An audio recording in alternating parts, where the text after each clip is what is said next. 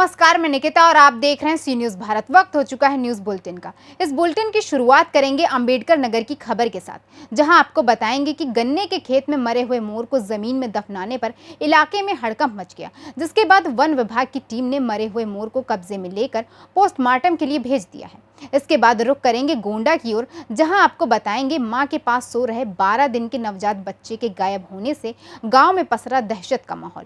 वहीं इसके बाद जानेंगे कि लखीमपुर में वन विभाग की नोटिस कैसे बनी किसानों के लिए आफत।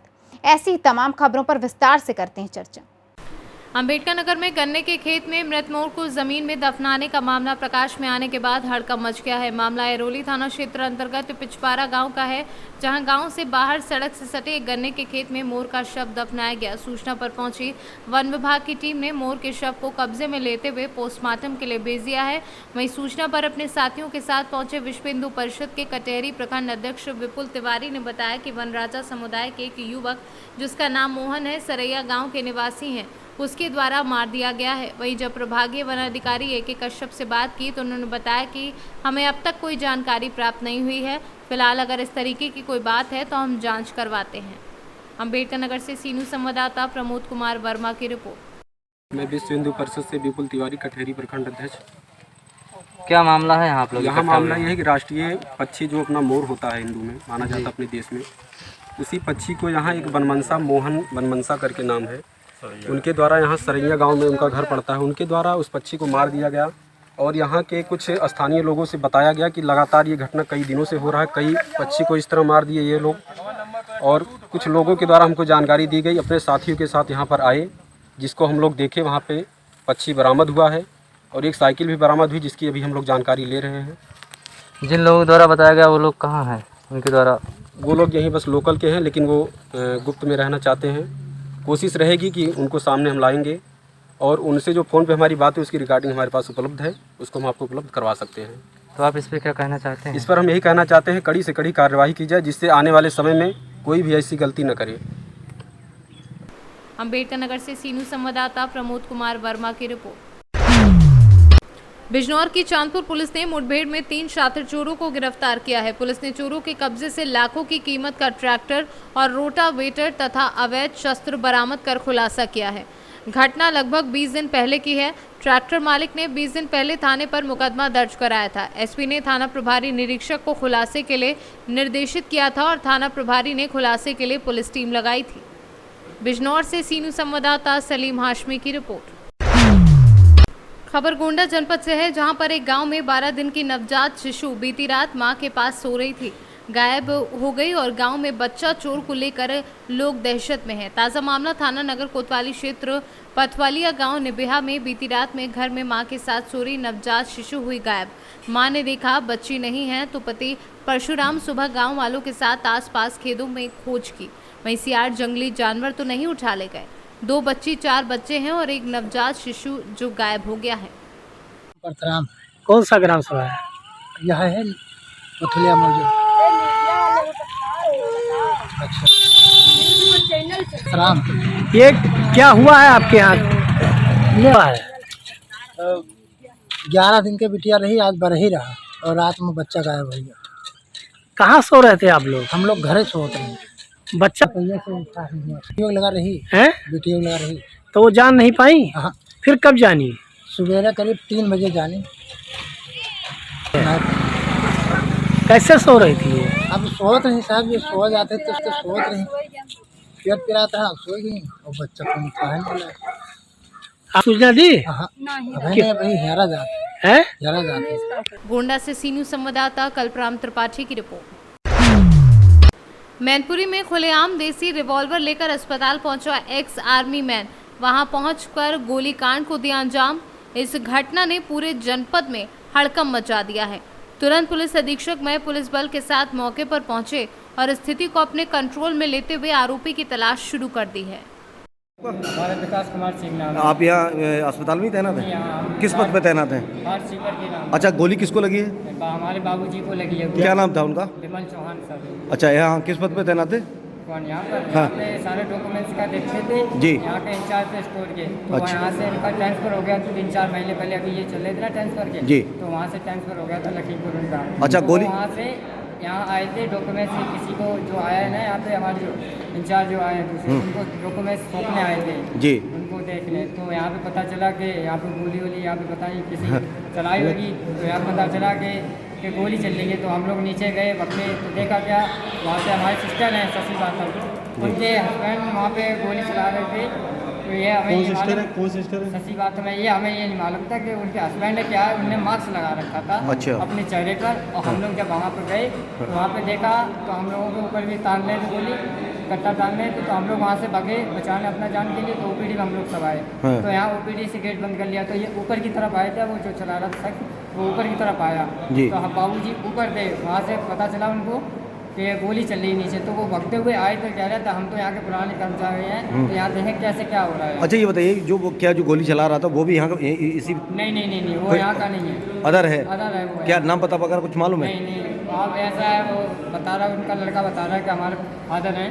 तो वो लोग रहते हैं देवपुरा में रहने वाले हैं। तो उनका कोई आर्मी से बिलोंग करते हैं वो, उनके पिताजी जो है।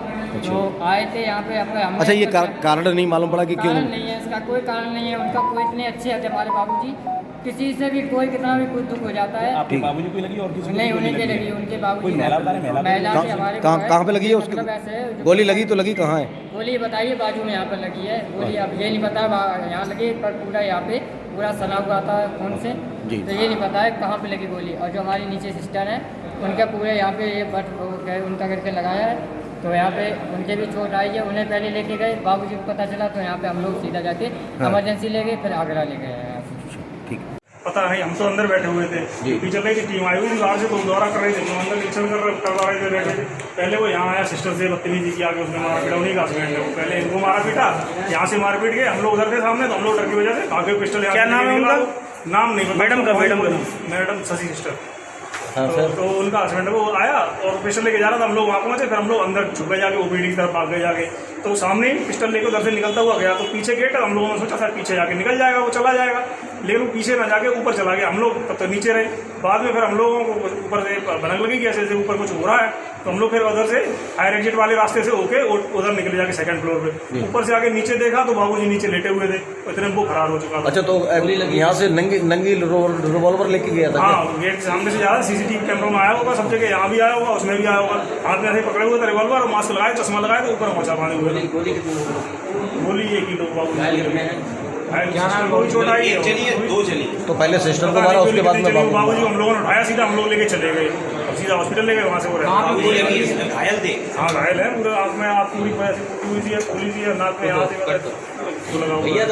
जिला महिला चिकित्सालय में एक महिला कर्मचारी द्वारा बताया गया कि उसके पति जिनसे 4 साल से उनका विवाद चल रहा था, वो चंद्रकांत कश्यप जो एक्स आर्मी मैन है, आज आकर के पहले तो उन्होंने उनको मारने की कोशिश किया।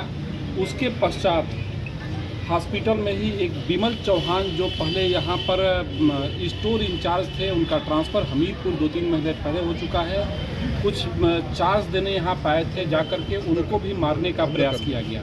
इस संबंध में पुलिस द्वारा तत्परता से कार्रवाई करते हुए इंजर्ड को आगरा भेजा गया है इलाज हेतु, और साथ ही आरोपी चंद्रकांत कश्यप को वेपन्स के साथ गिरफ्तार कर लिया गया। गोली चलने की सूचना पता चला है? गोली ये मेडिकल रिपोर्ट से ही पुष्ट हो पाएगा। गोली चलने की आवाज़ किसी के द्वारा नहीं सुनी गई है, लेकिन वेपन मिला है। हम जो भी तहरीर प्राप्त होगा और जो मेडिकल रिपोर्ट होगा तदनुसार वैधानिक कार्रवाई इसमें की जाएगी। अब उस आदमी का कुछ अवैध संबंधों को लेकर के जो अपनी पत्नी पर शक कर रहा था, इस कारण ये घटना घटित हुई। मैनपुरी से सीनू संवाददाता जाजिब उमर की रिपोर्ट। खंजनूर नागदेव मंदिर के सामने के युवक पर एक अन्य युवक ने हमला कर दिया। इस घटना को लेकर बैतुल क्षत्रिय कलचूरी कला समाज के स्वजातीय बंधु ने एसपी को ज्ञापन सौंपकर आरोपी के खिलाफ कार्यवाही की मांग की है। हमला किया गया, उसके संदर्भ में ज्ञापन देने के लिए आज हम सभी समाज के लोग यहाँ पर उपस्थित हुए थे। क्या मांग रखी है आपने? हमारी ये मांग है कि आतंक अपराधी को तत्काल गिरफ्तार किया जाए, उससे कड़ी से कड़ी सजा दी जाए, और हमारे जो सजाती बंधु क्षेत्र में उनकी सुरक्षा की जाए जब तक कि आतंक का पर्याय जो गुंडा है वो पकड़ा नहीं जाता। क्या पुलिस ने अभी तक गिरफ्तारी की है?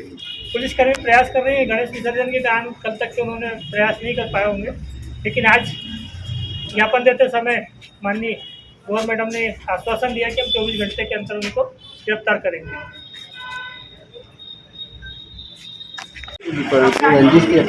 नहीं, कोई रंजिश नहीं, कुछ नहीं, हम जानते नहीं। वो तो प्रशिक्षण अधिकारी सुबह 8 बजे से ड्यूटी जाते, 5 बजे घर आते, किसी से लेना नहीं देना नहीं।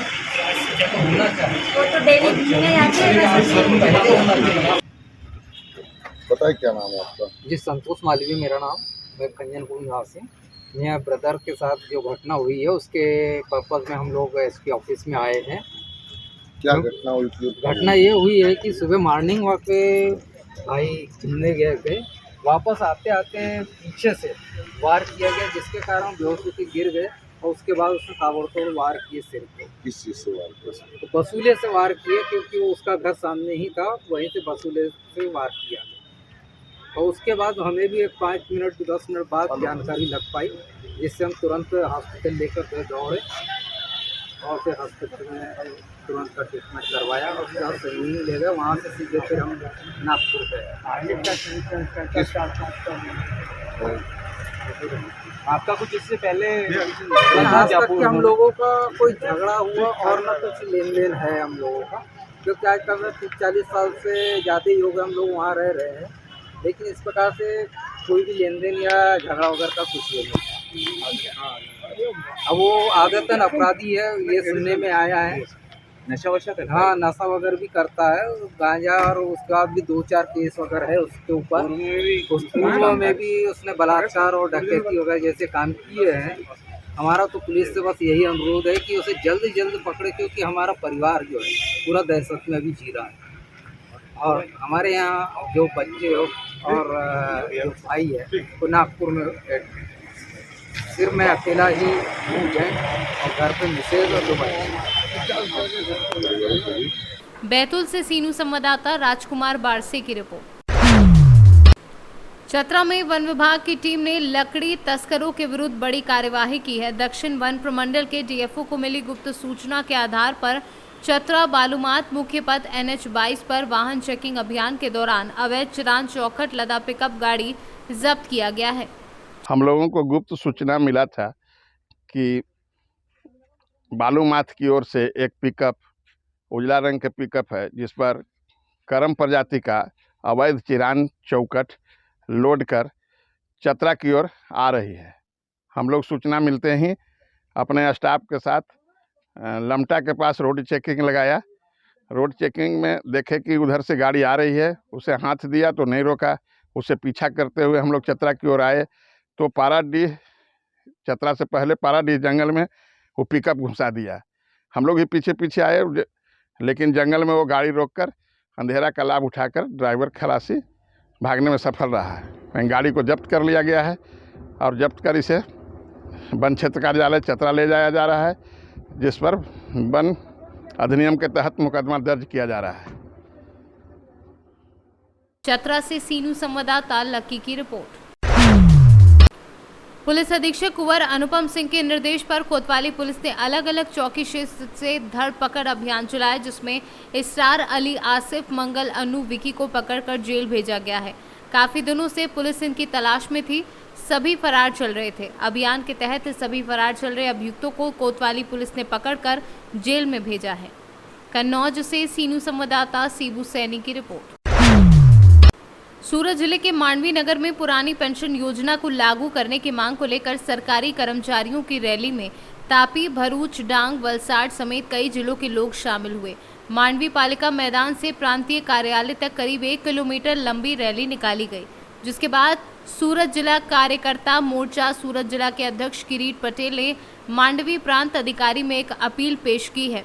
मांडवी प्रांत अधिकार में एक याचिका दायर कर 14 अन्य मांगों को स्वीकार करते हुए पुरानी पेंशन योजना को लागू करने की मांग की गई थी, जिसमें सरकार से कर्मचारियों के हितों की रक्षा के लिए पहल करने की मांग की गई थी।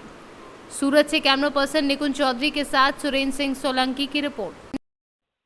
किरीट भाई पटेल, प्रमुख संयुक्त યુનિયન સુરત જિલ્લો, આજે ગુજરાત રાજ્ય કર્મચારી મહામંડળ અને ગુજરાત રાજ્ય સંયુક્ત મોરચાના નેજા હેઠળ આજે જ્યારે સુરત જિલ્લામાં સંયુક્ત મોરચાના નેજા હેઠળ આજે સુરત જિલ્લા પાર્ટી શિક્ષક સંઘ આયોજિત માંડવી ખાતે આવેદનપત્ર આપવાનો કાર્યક્રમ જે ગોઠવવામાં આવ્યો છે ત્યારે અહીંયા 6 જિલ્લાના કર્મચારી મિત્રો હાજર છે.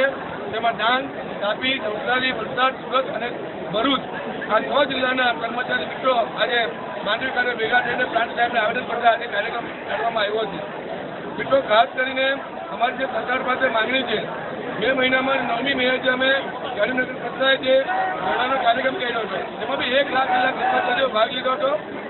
3 તારીખે દરેક જિલ્લા મથકે રેલી કરીને આવેદનપત્ર આપવાનો કાર્યક્રમ હતો અને આજે સમગ્ર 6 ઝોનમાં 6 જિલ્લાઓ ભેગા થઈને આવેદનપત્ર આપવાનો કાર્યક્રમ ગોઠવી રહ્યા છે. ત્યારે આ મંચ ઉપર સરકારને અમે વિનંતી કરીએ છીએ કે જે અમારી જૂની પેન્શન યોજનાની માંગણી છે, 7મા પગાર ધોરણના જે વિવિધ લાભો છે, અન્ય 14 જાતની જે માંગણીઓ છે તે માંગણીઓ સંતોષીને અમને ન્યાય આપવાનો પ્રયત્ન કરે. જે રીતે ગુજરાત નંબર 1 રાજ્ય ગુજરાત દેશમાં ગણાય છે, તેમાં કર્મચારીઓનો સિંહ પાળો છે, એમનો પરસેવો છે. ત્યારે સરકારશ્રીને ફરીથી આ મંચ પરથી વિનંતી કરીએ કે સરકારશ્રીની યોજનાઓને સફળ કરનારા કર્મચારીઓની માંગણીને પણ સંતોષે અને અમારી જૂની પેન્શન યોજના, 7મા પગારના વિવિધ લાભો અને અન્ય જે 14 માંગણીઓ છે એને વાચા આપવાનો પ્રયત્ન કરે એવી આ તકે વિનંતી કરીએ છીએ. કિરીટભાઈ, વિધાનસભાની ચૂંટણી પહેલા જે આપના પ્રશ્નો છે સંકેલવામાં નહીં આવે તો કયા પ્રકારે કાર્યવાહી? વિધાનસભાની ચૂંટણી પહેલા ગુજરાતના હિસ્ટ્રીમાં 7 લાખ કર્મચારીઓ એક મંચ પર આવવાની ઐતિહાસિક ઘટના બની છે. ત્યારે અમને ચોક્કસ વિશ્વાસ છે સરકાર એમાં ધ્યાન લેશે અને વિધાનસભાની ચૂંટણીમાં એના ઘરે પ્રત્યાઘાત ન પડે એ માટે સરકાર જાણે અને અમને ન્યાય આપે એવી વિનંતી કરી. કર્મચારી એકતા. सूरत से कैमरा पर्सन निकुंज चौधरी के साथ सुरेंद्र सिंह सोलंकी की रिपोर्ट। उन्नाव में ससुराल में बेटी की हत्या, हत्यारों की गिरफ्तारी की मांग को लेकर माता पिता का परिजनों के साथ कलेक्ट्रेट के पास धरना। 12 दिन बाद भी बेटी के हत्यारे ससुराली जनों की गिरफ्तारी न होने के विरोध में माता पिता के साथ अन्य परिजनों का धरना जारी है। धरना देकर कर रहे हैं गिरफ्तारी की मांग। वहीं सीओ सिटी ने पहुंचकर दिया आश्वासन, जल्द होगी गिरफ्तारी, लेकिन परिजन मानने को तैयार नहीं है। क्या नाम है आपका? ओम शंकर। ओम शंकर जी, किस लिए यहाँ धरने पे बैठे हैं पूरे परिवार के साथ? क्या है पूरा मामला? भैया बैनर लगा है, आज 12वां दिन है। आज मेरी पुत्री 13वीं होनी चाहिए, हत्यारे घूम रहे हैं खुलेआम और मैं बेबस हूँ। तमाम चक्कर लगा चुका हूँ, यहाँ से लखनऊ तक कुछ नहीं हो पा रहा। वो खुलेआम घूम रहे हैं जो प्रमुख दोषी हैं, और एक भी जीव को मैंने निर्दोष वाले को नहीं दिखाया। जो पूर्ण रूप से दोषी हैं उन्हीं का नाम हमने उल्लेखित किया है उसमें FIR में। इसके बाद भी वो खुलेआम घूम रहे हैं। 3 कोतवाली से वापस कर दिया जाता है बीमारी का बहाना लेकर के। अब वो जिंदा घूम रही है, मर नहीं गई। वो लखनऊ में जाए, हाई कोर्ट में जाके अंगूठा लगाती है रिट दायर करने के लिए, 72 किलोमीटर दूर जाके सीढ़ियाँ चढ़ के, तब हार्ट बीट नहीं बढ़ती है उसकी। तो यहाँ हमको बताया जाता उसकी हार्ट बीट बढ़ गई थी, इसलिए हमने छोड़ दिया। मैं किसी के ऊपर कोई दोष नहीं लगाता हूँ, मेरा प्रारब्ध खराब है, लेकिन शासन और प्रशासन से चाहता हूँ कि न्याय करे। न्याय की उम्मीद रख के बैठा हूँ यहाँ कि हमारे साथ न्याय होना चाहिए। क्या मानते हैं, किसी तरीके का दबाव है? अब जो भी हो ये तो ईश्वर जाने, हम आरोप किसी के ऊपर नहीं लगा सकते, लेकिन हम अपनी मांग तो रख सकते हैं। ये भी नहीं कर सकते क्या इस युग में हमारे साथ न्याय नहीं हो रहा है? हमारे बिटिया के हत्यारे खुलेआम घूम रहे हैं, तमाम ऑफर्स दे रहे हैं, मर्डर की धमकी दे रहे हैं, लेकिन कोई सुनवाई नहीं, वो अरेस्ट नहीं किए जा रहे हैं। पुलिस द्वारा क्या कार्रवाई की गई अभी तक?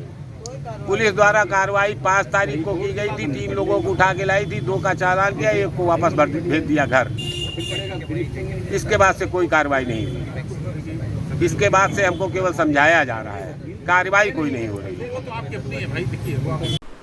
उन्नाव से सीनू संवाददाता अजय कुमार की रिपोर्ट।